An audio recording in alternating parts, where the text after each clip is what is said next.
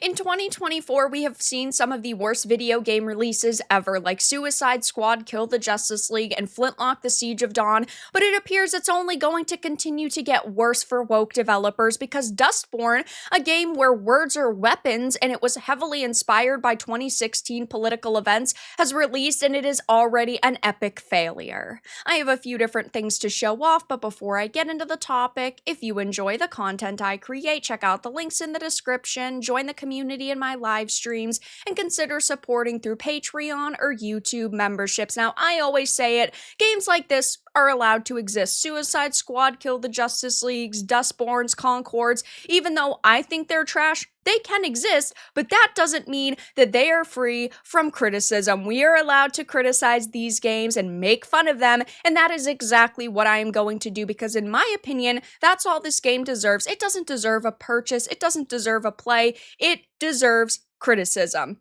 and mockery because that is how they view gamers. They view us as idiots. These people are not creating escapism. They are creating political products. And it's unfortunate that this is what the games industry has boiled down to, that a game like Dustborn has been praised by the mainstream media, who has said, oh, this deserves an audience, but games like Black Myth Wukong are shunned because of accusations made over mistranslated text. That is absurd, in my opinion. And this game just released yesterday on August 20th, 2024, hilariously enough, the same freaking day as Black Myth Wukong, which is mind-boggling that these developers really said, we are going to launch our title on the same day as one of the biggest video game releases that we've seen, because even before launch,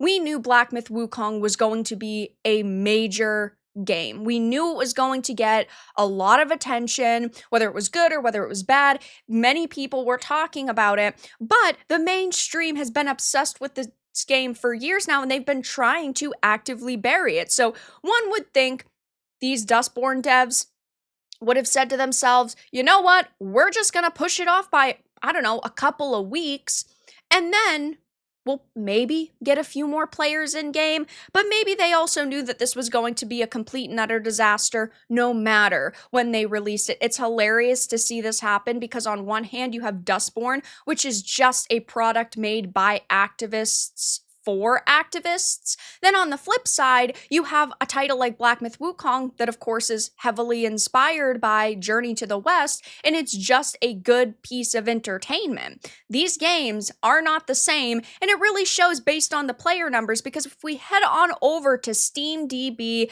as you can see right now, it's got 75 players in game, 81 all-time peak on release day, and it had dipped all the way down. The lowest point was 18 players in game. Absolutely pathetic numbers that we're talking about. And then, if you just take a quick peek over at Black Myth Wukong, 1.4 million people in game right now, and the all-time peak was actually just recently beat at 2,358,580 players. And we are talking about the middle of the week here, right? We're not talking about the weekend. I think during the weekend, it is going to overtake PUBG as the #1 game on Steam with the all-time concurrent peak player count. I think that that is most certainly going to happen over the weekend, but basically nobody is playing Dustborn, nobody is interested in Dustborn, and this is what happens when you simply make a game in order to use it as a platform to push your personal political agenda. You're allowed to do this. You're allowed to make games that are the wokest pieces of content possible, like Concord, like Dustborn. But again, we're allowed to criticize them, and ultimately, we're allowed to not purchase them. It says back in July, following the release of the game's trailer, a representative for the game conducted an interview with PSU and confirmed the entire game spawned out of the protest against Donald Trump being elected president of the United States in 2020. 2016. They have said this multiple times at this point, and it's no shocker that all of these people have massive cases of TDS and that this is all they could really focus on when they were creating this game, which that took them a long time to make this game. It's been in development, as far as we know, since 2019, so I mean, that's quite a while for a game that came out and is already a massive failure. They talked about how they wanted Dustborn to be an evolution of the work they did with Dreamfall Chapters, a third-person adventure with a strong cast of diverse characters in a vibrant, deep, and original world.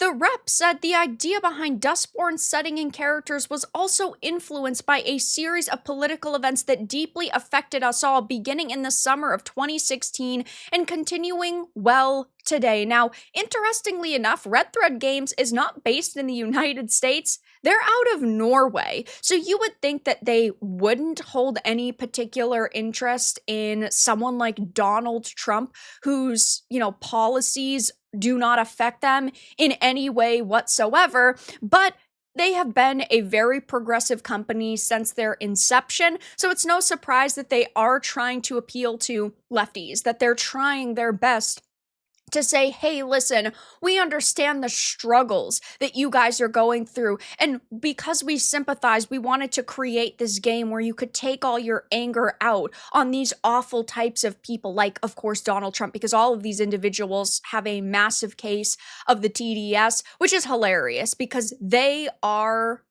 clearly trying their best to bring in a certain audience that isn't showing up. This is what happens when you, instead of focusing on telling a unique story and you really try to flesh out the characters in a cohesive way, and you're creating a product that is simply fun and it is escapism, versus what they're doing, which is using it as a political platform. This is how many people you can draw into your title, is 80 freaking 1, versus a game like Black Myth Wukong that doesn't try to appeal to modern audiences, and it's got 2.3 million people in game. These are both indie teams. I know that, of course, Black Myth Wukong has blown up on social media, and it is a team filled with a ton of Chinese video game industry veterans, but on the flip side, it's not like they had hundreds of millions of dollars at their disposal. Neither did Red Thread Games for Dustborn, and we are talking about two extremely different products here on two extremely different levels,